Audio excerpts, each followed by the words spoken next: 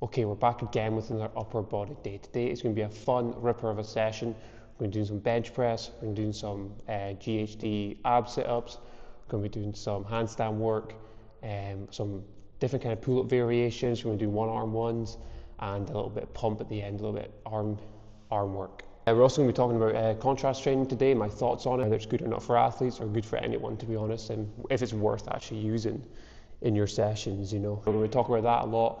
And we're just going to smash up our body day. So we're just going to get right into it. We're going to start off with some handstand work and some ab work.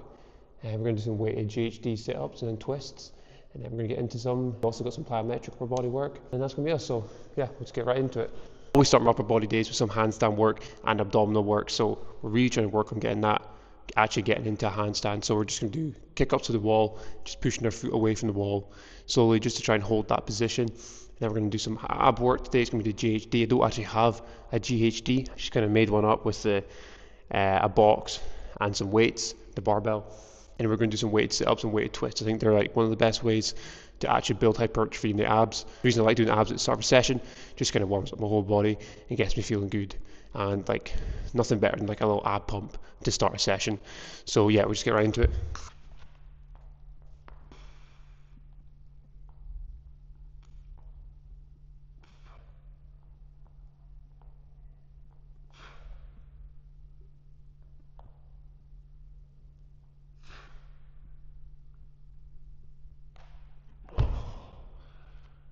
Actually feels a little better just trying to hold it away from the wall as long as I can, and if I need to fall back onto the wall and push it away again. Actually feels a little bit better doing them. I feel quite good with that. I feel like my pelvis is a little bit tucked, and when I've looked at videos back like doing it before, I noticed my pelvis is quite tucked. I just need to get into a more stacked position, but I've been trying to do drills for that, but it's still not working, but I might need to work on a bit of that. But I don't know how it looked there, but I know from before that was like one of my issues, so we need to start working on that a little bit more. This is literally my favourite exercise for like building nice strong abs. I haven't really done it that much because I don't have a GHD, so I've just recently managed to set this up. But now that I've got it, I'm just going to start smashing them a bit more.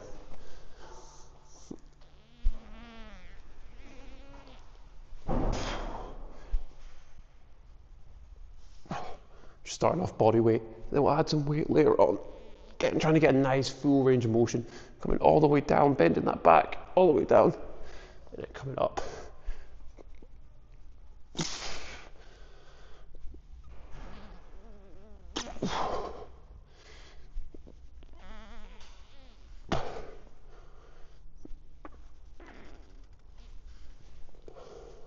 One more. And then we're also going to do twists. This is another one of my favorites. I'm not going to go, sometimes you can do these, you can go like really fast with them, work on a little bit more spine, like quick rotations. But today we're not going to go do that. We're just going to do it nice and slow for this session. And these like are great for working on the obliques as well. Like one of my favorite things to do is work on obliques, and using this is so good for that. And it's just like, yeah, so you come in here, we're just twisting. Oof.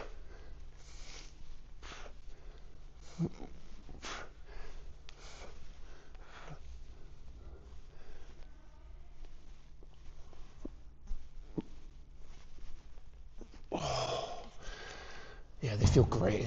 Obviously, just twisting your spine in the warm up as well just gets you feeling nice and warm, gets you feeling good, gets you feeling more mobile for the whole session of an upper body day or any kind of day. To be honest, like I think to be honest, you probably do most sessions. You should be moving the spine some way, even if you're doing a lower body day. Just moving that spine, getting it nice and loose, getting it nice and mobile before doing squats. Just makes you feel better. The squats are actually a better way to do it, probably be doing after squats, because like squats are a really highly compressive exercise. Really compresses your spine, compresses your whole body. Doing like twists, mobility twists, just opens up the rib cage a little bit more and just makes you feel a little bit more loose and mobile. So that's why I think moving the spine is one of the main best things you need to do in a warm up or like after like a heavy lift.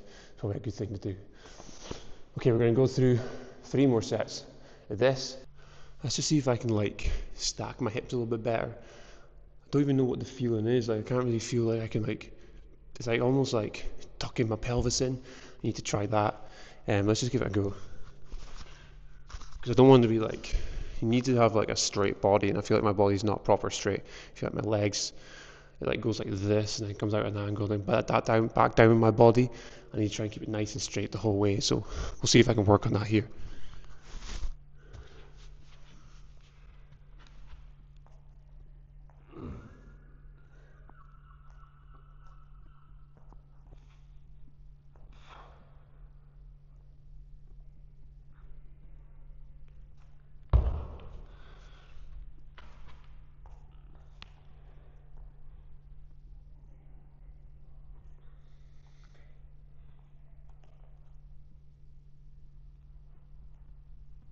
I feel like I've easily got the shoulder strength for doing these now. I've been doing them for a long time, so I feel way more comfortable now. I think it's just getting that balance and just knowing where to like put the pressure on my fingers and for holding it up. I think that's my only issue right now. Maybe we just need to work on that, like trying to work on, I think you need to get it onto your, like your actual fingers holding the weight and a little bit of your hand.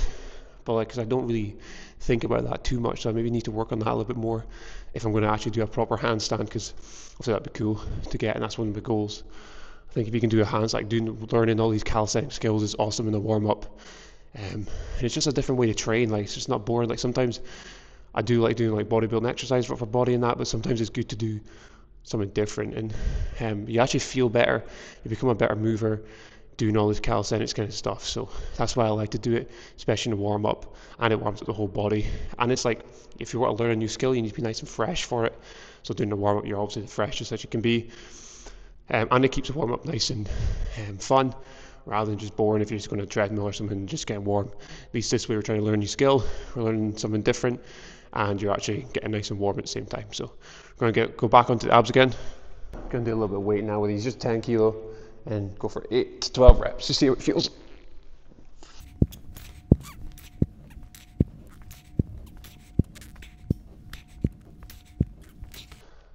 Yeah, definitely feel these in the abs.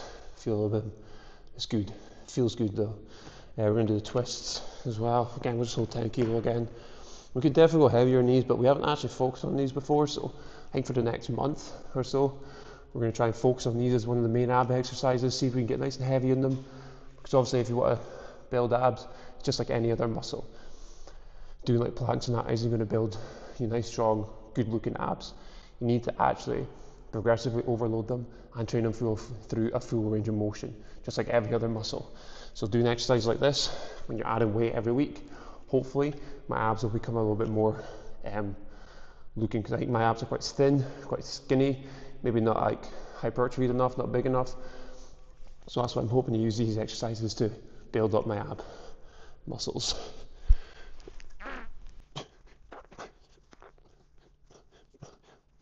And there's also a lot of like, Squat University guy on Instagram, he's a big believer in like doing like ab work for bodybuilding ab work, because this is kind of like a bodybuilder's ab day, and he's like, says that that's not good for athletes, but I don't know how having strong abs isn't good for athletes. Doesn't really make sense.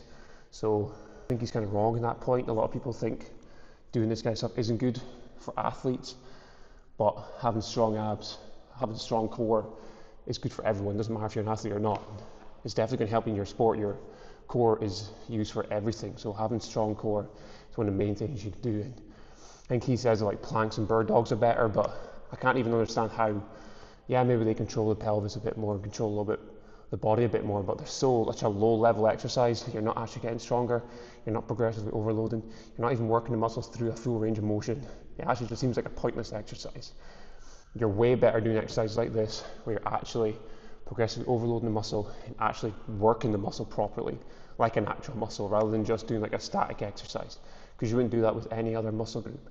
I don't know why you do it with core, but I think that's one of the things that in this strength conditioning is like something that a lot of people think is better, just static position, anti-rotation, anti-flexion. But like in sports, your core, your spine is moving, rotating, flexing all over the place. It doesn't need to just resist force, it needs to be able to produce force as well. And I think a lot of people get that wrong, think that the core is just there to resist force, but it's absolutely not. It needs to be flexed, it needs to be bended, it needs to be rotated, just like it does in sports. Every sport, you're rotating the spine. When you're sprinting, when you're moving, constantly rotating it, so it needs to be done, rather than just these planks where you're just holding it. You need to be doing it in training, so That's why I like to do these kind of stuff. We're going to do one more set and then move on. Okay, we're on to our plyometric work now. We're just doing a nice simple plyo incline press up. So one of the easiest plyometrics you can do is for your upper body. Just need a box or a bench. And we're just going to be trying nice and explosive off the box, pushing ourselves up. And dealing with that collision when we come back, dealing with that eccentric, coming all the way down, touching our chest to the box, and then pushing ourselves away as fast as we can and as explosive as we can. It's a great way to get yourself warmed up for the upper body session, like especially bench press, to get your muscles really going, just the chest muscles nice and fired, and it gets the central nervous system nice and revved up. And it's so easy to do, you don't need that much space either. So we're just going to get into it, try to be nice and explosive, 6 reps.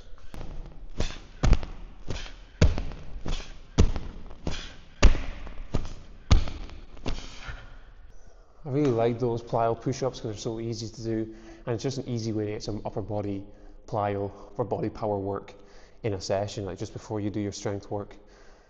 I think I normally do that for lower body. I always do some like jumps or like something explosive before going to my heavy strength work, and it always makes me feel pretty good, so that's why I like to do it for upper body too. We're going to talk about contrast training, because you could do that with the bench press as like a contrast training modality, but I'll do a set. So we're on 80 right now. We just did 80 last week. We did 80 for 3 sets of 5, which is actually like piss easy. It's really easy.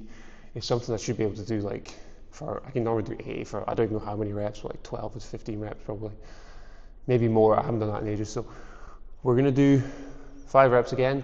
Then we're gonna put 90 on and do 2 reps. This is what I used to do for ages. And then we're gonna go do 100 for a rep. Then we're gonna do some back off sets at maybe 85 or 90. We'll just see how we're feeling. That's my training, just see how I'm feeling on the day. I have a goal in mind, I have an idea of what I want to do, but then obviously it changes by how I feel, if it felt easy, but I still want to do a 1 rep max today. And plus it's only 1 rep, like 1 set of it, it's not that fatiguing for me. And plus it's not a proper 1 rep max, I can do more than 100 normally, but maybe today, because I'm a bit, just getting back into bench press, it might not be. My 1 rep max is probably around about 100, but it's not like a full 100% effort. It's probably like a 95 to 90% effort. Yeah. So this is 80 just for 5, nice and easy. Should be. It is easy, but it's harder than it should be. I'm gonna put 90 on and do a set of that for 2 reps, see how it feels when I aim for 100. Yeah, so with contrast training, so contrast training is when you do like a heavy lift, so let's say the bench press and the explosive movement, let's say the plyo incline press up. You do like a heavy lift, 80% or more of your max weight, so that's supposed to potentiate you for the explosive work. So normally what is done is with lower body, when you do your squats, heavy squats, over 80%, and then you do a biomechanically similar exercise, so like a vertical jump. That's what it's meant to be. So yeah, you do that, and then the heavy lift is supposed to make you feel more explosive for the jump. It's supposed to post-activation potentiation. So normally you rest like 30 seconds in between the heavy squat, and you do like 1 to 5 reps, normally less than 5 reps, probably 1 to 3 reps. You do the jump, and it's supposed to make you more explosive. Yes, you rest 30 seconds in between, but when I've done it before, I always feel fatigued and tired when I go into my jump, because I just don't see how. I think there is research on it saying that it's good and it works, so I'm sure it does, but for me it just never worked. Like doing a heavy lift and only resting 30 seconds, then going into an explosive movement never really made me feel explosive. It just made me feel tired, especially as the sets went on. I know you're supposed to do low volume of it, so low sets, but I never really felt explosive doing it. I always felt a bit tired. My legs just felt fatigued. I didn't really feel like it was benefiting me in any way. It's not the way I particularly like to do it, and there was other research done about it. I don't have the study, this was ages ago I looked at it. It just kind of came to me now that the way to actually do contrast training is you do a heavy lift, then you're supposed to rest like 3 minutes between the heavy lift and the explosive movement. So you do the heavy lift, rest 3 minutes, and then do the jump. So you do the squat, rest 3 minutes, and then do the jump, and that's supposed to give you more post-activation potentiation, make you more explosive. And that makes a lot more sense because obviously you're resting a longer time You need to give your muscles more time to be fresh, then you can do that explosive jump. And I actually have done that, and that did feel better. But the only issue with that is that it takes up a lot of time, obviously, because you don't have time to rest 3 minutes between every jump, like between every set. So then you got to rest between the jump and go back into the heavy lift. But the way I did it was that kind of way. So sometimes if I'm low on time, contrast training is great if you're low on time because it's an easy thing to do, and you can go from you can do the explosive movement and the heavy movement at the same time. So if you're short on time, it's a great modality to use. But what I did was I did the explosive movement first, then did the heavy lift, then rested 3 minutes, and then went on to the explosive movement first in the set, then did the heavy lift after it. And that felt better because obviously you've got that more rest time to help your muscles rest a little bit more and to be more explosive. And that kind of worked a bit more, but that's a better way to do it, I feel. Do the explosive movement and then do the heavy lift, and then rest 3 minutes, do the explosive movement, and then do the heavy lift, and do that for as many sets as, probably up to 5 sets is probably the max you can do for that kind of exercise. But we're going to do another set, and then we'll continue talking about it. So, to be fair, that felt easier than 80 kilo, which is surprising. So we're going to bump up to 100, and then see how we feel. Yeah, so continuing with contrast training, resting that 3 minutes is probably better, but from my experience, I just don't like doing that at all. I understand it's for quickness and you can do it nice and quick and the session will be done quicker, but I prefer to concentrate on an exercise. So let's say I'm doing bench press and I want to do explosive push-ups too. I'd rather focus on the push-ups, be nice and explosive with them. It's more for a mental thing as well. I feel like I just mentally get tired / physically get tired, so I'd rather just focus on that, get that done properly, and then go and move on to my bench press so I can just completely focus on one exercise. I think mentally it helps me, and physically I feel better doing that. It's the same with jumps and squats. They're both very high demand exercises, so if you're doing them together at the same time with only a 30-second rest in between, you just feel super tired, super fatigued, and not even just your muscles, but your central nervous system is going to be fatigued as well. I prefer to concentrate on an exercise. I think it helps me, I feel better concentrating on one exercise, like the jumps, because I'm fully involved in the jumps. My intent is there on the jumps, not thinking about the squats after. I'm not thinking, oh fuck, I can only do a few jumps because I need to go into my squats. Because and then I'll just be more tired and I can't concentrate fully on the jumps. And I can't concentrate fully on my outputs for that exercise. It's the same with squats. I can't focus fully on my squats if I'm going to be doing a set of squats, then going straight into a jump. Because I'm oh fuck, I don't want to fatigue myself too much in squats so I can actually have a good jump. When I'm just focusing on that exercise, I feel there's more intent there. I feel like I'm actually getting more out of the movement, and I'm not just, doing it so the other movement is good. I'm focusing on this movement, and I'm making this movement as best as I can, and I'm driving intent into that exercise. That's the way I look at it anyway. So contrast training, it's good and it can work. Obviously, studies have been done and it does work for people. I prefer focusing on the exercise so I can have that intent on that one exercise rather than having to worry about having to not do as much there, so I'm not too tired for this. And yeah, that's the way I like to do it. Or even sometimes sometimes I do is I'll do the jumps and then I'll do my warm-up sets for squats, which sometimes works nicely because I'm not too fatigued doing the warm-up sets. But I'll just concentrate on my jumps, do most of my jumps first, then as I'm coming to the end of my jumps, I'll start doing some lighter squats just to get warmed up for my heavier squats later on in the session. Sometimes I do that, but again, I still don't even like doing that much. I still prefer to focus on that one movement, make sure it's good, make sure the intent's in that movement, and I'm not thinking about anything else, so I can get the most out of that exercise. So that's the way I like to do it. Obviously, as I've said, studies show that works for everyone, doing it the 30-second rest and the 3-minute rest, so either of those ways are good, but for me, I prefer to concentrate on exercise and get that exercise done and make that exercise good. And that's what I do with my clients. I don't really program contrast training at all, unless they are struggling for time, and I'm like, okay, you can try it. Well, that's the thing, you can try it, see how it feels. If you like it, then keep going with it, That's the thing, it's this is just my opinion, this is how I feel about it. I don't personally like using it, but a lot of people do like it and see gains from it and see results. So you've got to figure it out for yourself. You've got to figure out what works for you and what doesn't work for you. So that's the rant over. We're going to do one set here, 1 rep.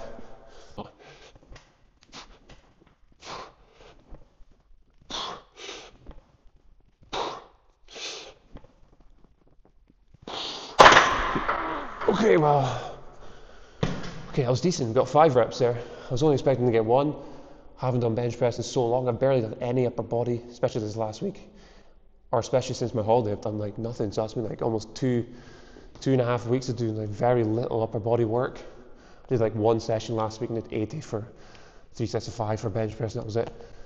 So yeah, 5 reps of that is almost like my best is I think 8 reps of 100. So that was when I was like fully peaked. That's when I was like doing it all the time. I haven't done bench press in like 9 weeks, so quite delighted with that to get 5 reps of 100. I was only expecting to come in here and get 1, so but it felt good, so I keep going. So yeah, why not? I was going to do some back off sets. I might do them anyway. Probably go down to 90, do 2 sets of 90, aim for 5 reps, and then take it. I don't think I get 5 again to that. I was quite fatiguing, but to be honest, I'm delighted with that. It just shows that even if you take time off training, normally that your max strength stays quite easily. So yeah, happy with that. Go down to 90 and we'll do 2 more sets. If you want to do contrast training, try it out, see how it makes you feel. That's the best way to figure it out if it works for you. I mean, obviously the studies are good, it shows it's good, but if you don't like it, like I don't like it, it doesn't matter how many good studies there is done on it. It doesn't work for me, and I don't particularly enjoy doing it, so that's why I don't want to do it. But yeah, try it out, see if you like it. If you like it and it works for you, stick to it and do it. See how long it works for you. Then once it stops working, try something else. You know, that's the way to do it. You know, figure out training yourself. You got to figure it out for yourself. That's how I've done most of my training. Just kind of trying things. If it works for me, I stick with it for as long as it does work. And if it stops working, I'll change it up and try something new. Simple as that. Yeah, we'll do 2 more sets, and then we're going to move on to pull-ups. Don't actually have that much time anymore. We've taken a lot of time speaking, so do our pull-ups, a little bit of pump, and that'll be us.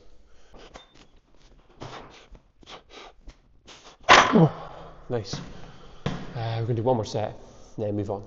We're now on to our pull-up version of the day. So today it's going to be a 1-arm banded pull-up. So we have 2 bands hanging from the bar.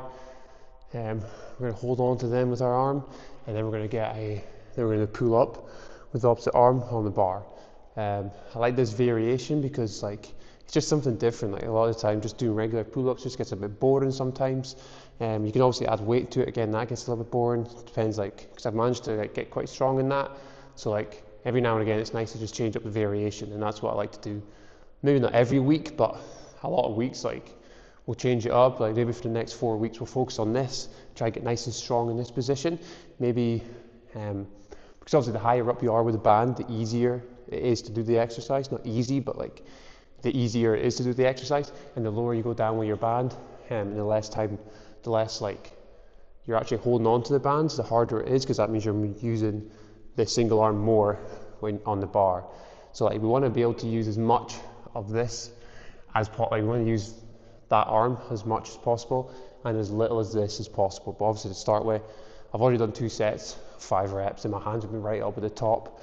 And in the next few weeks, the aim is going to be to get lower, lower, and lower until we're almost doing a 1-arm pull-up. I know I probably won't be able to get one in 4 weeks because like a 1-arm pull-up is very, very hard to do. Very, not just strength, but skill as well, but probably mainly strength. And I'm not going to be able to do that in 4 weeks. It's going to take time, but it's just a fun thing again to like try and learn. And also you're still building good strength with the upper body, good pulling strength with it. So I'll show you how it's done. So just hold nice and high. We're going to go for 5 reps. We've already done 2 sets of 5, so see how we feel.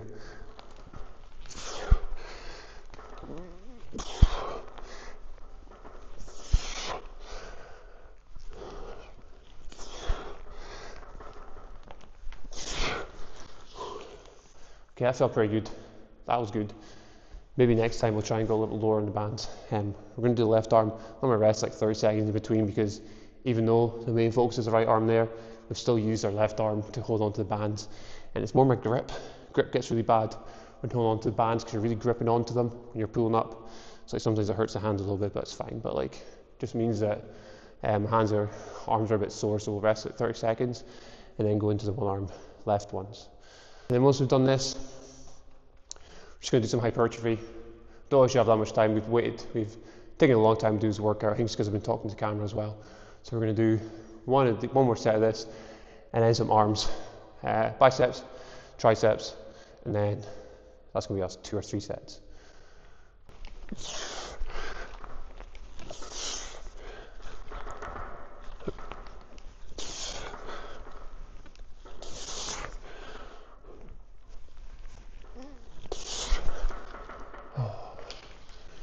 Okay, a little bit hypertrophy work on the arms. We're going to do 12 reps each arm. Just standard alternating bicep curls. One of the easiest, one of my favorite exercises to build the arms. Classic bodybuilding exercise. Remember doing these when I was younger all the time, thinking my arms were getting big, but obviously if you want big arms, you also need to do compound exercises, but these just help supplement that. That's 13, I think. Yeah, these are actually pretty brutal. So come on to the medicine ball, nice and close grip so you get more tricep activation. And then just down, touch it, and up. We're going for 12 reps. Also get a bit of chest, but it's mainly triceps.